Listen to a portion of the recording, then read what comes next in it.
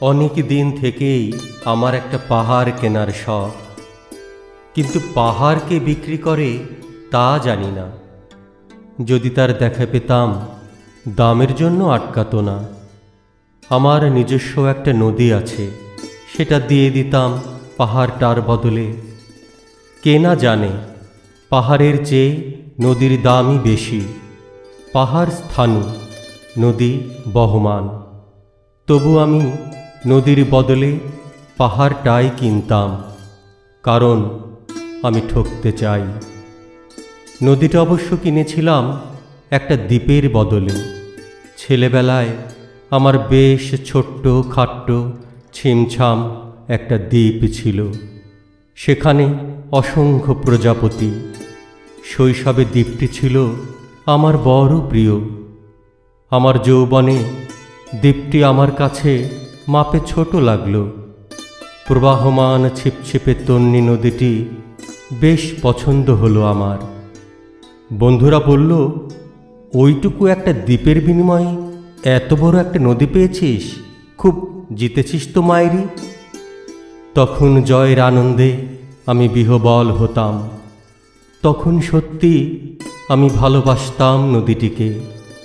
নদী আমার অনেক প্রশ্নের উত্তর দিত, যেমন, বলতো আজ সন্ধেবেলা বৃষ্টি হবে কি না।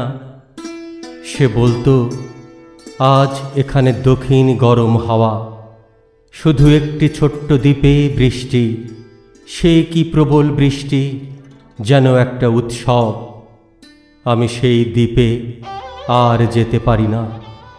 সে জানত, সবাই জানে, শৈশবে আর ফেরা যায় না। এখন আমি একটা পাহাড় কিনতে চাই। সেই পাহাড়ের পায়ের কাছে থাকবে গহন অরণ্য। আমি সেই অরণ্য পার হয়ে যাব। তারপর শুধু রুক্ষ কঠিন পাহাড়, একেবারে চূড়ায়, মাথার খুব কাছে আকাশ, নিচে বিপুলা পৃথিবী, চরাচরে তীব্র নির্জনতা। আমার কণ্ঠস্বর সেখানে কেউ শুনতে পাবে না। আমি ঈশ্বর মানি না, তিনি আমার মাথার কাছে ঝুঁকে দাঁড়াবেন না। আমি শুধু 10 দিককে উদ্দেশ্য করে বলবো, প্রত্যেক মানুষই অহংকারী।